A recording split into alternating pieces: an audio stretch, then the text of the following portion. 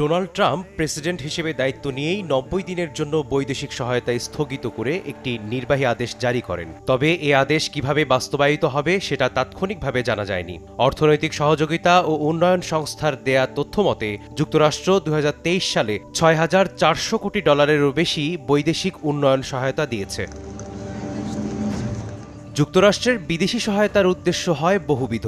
একদিকে মানবিক সহায়তা, অন্যদিকে সামরিক ও অর্থনৈতিক সহায়তা। পর্যবেক্ষণ করে দেখা যায় সামরিক ও অর্থনৈতিক সহায়তার পরিমাণ অনেক বেশি। এক্ষেত্রে সামরিক সহায়তা বন্ধ হওয়া মানে বিশ্বের কিছু মানুষের জীবনে স্বস্তি ফিরে আসা। যদিও বলা হয়েছে ইসরায়েল ও মিশরকে দেয়া অস্ত্র সহায়তা অব্যাহত থাকবে, যা ৯০ দিন পর তারা এই কর্মসূচির পর্যালোচনা করবে। গত ২ বছরের নির্বাচনী প্রচারণায় ডোনাল্ড ট্রাম্প এ অভিযোগ সবচেয়ে বেশি করেছেন, তা ইউক্রেনকে যুদ্ধ সহায়তা দেয়া। তার ভাষ্যমতে প্রতিবার জেলেনস্কি যুক্তরাষ্ট্রে এলে বা প্রেসিডেন্টের সঙ্গে দেখা হলেই কয়েকশো কোটি ডলারের সহায়তা প্যাকেজ হাতিয়ে নিচ্ছেন। ২০২৪ সালের সেপ্টেম্বর পর্যন্ত যুক্তরাষ্ট্র ইউক্রেনকে $১৮৩ বিলিয়ন সহায়তার অঙ্গীকার করে, যা ৮৬.৭ বিলিয়ন বা $৮,৬৭০ কোটি। এছাড়াও ২০২৪ সালের ডিসেম্বর মাসেও যুক্তরাষ্ট্র আরও $১০০ কোটি সহায়তা দিয়েছে ইউক্রেনকে। ডোনাল্ড ট্রাম্প ও তার সহযোগীরা শুরু থেকেই এই সহায়তার সমালোচনা করে আসছেন। তাদের বক্তব্য, এটা যুক্তরাষ্ট্রের করদাতাদের অর্থ, এই অর্থের মূল হকদার মার্কিন নাগরিক, জেলেনস্কি নয়। কিন্তু তৎকালীন বাইডেন প্রশাসন জাতীয় ঋণের বোঝা বাড়িয়েও এই যুদ্ধে সহায়তা দেয়ার অব্যাহত রেখেছে। ফলে গত ২ বছরে যুক্তরাষ্ট্রের অর্থনীতি বেশ কয়েকবার শাটডাউনের মুখে পড়েছে, এমনকি ঋণ খেলাফি হওয়ার পর্যায়েও চলে গেছে।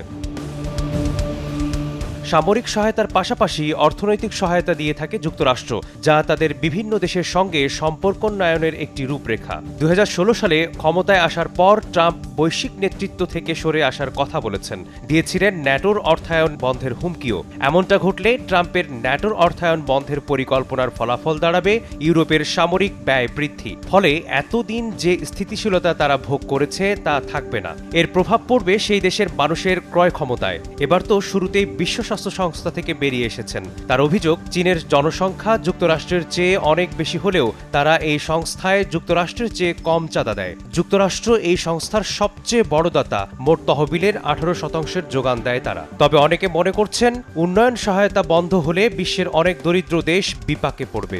এই স্থগিতাদেশে জরুরি খাদ্য সহায়তা অব্যাহত থাকলেও এইডস ত্রাণ বিষয়ক প্রেসিডেন্টের জরুরি পরিকল্পনা বা PEPFAR এর তহবিল বন্ধ হয়ে যাবে। এই পরিকল্পনার মাধ্যমে মূলত উন্নয়নশীল দেশগুলোয়, বিশেষ করে আফ্রিকায় এইডসের চিকিৎসায় ওষুধ কেনা হয়। ২০০৩ সালের জর্জ ডব্লিউ বুশ PEPFAR চালু করেছিলেন।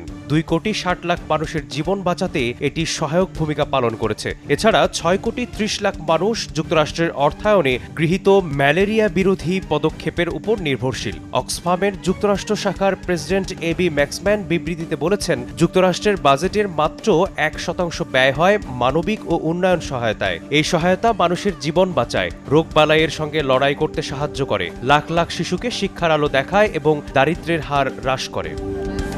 মিসবাহুল আলিফ, সময় সংবাদ।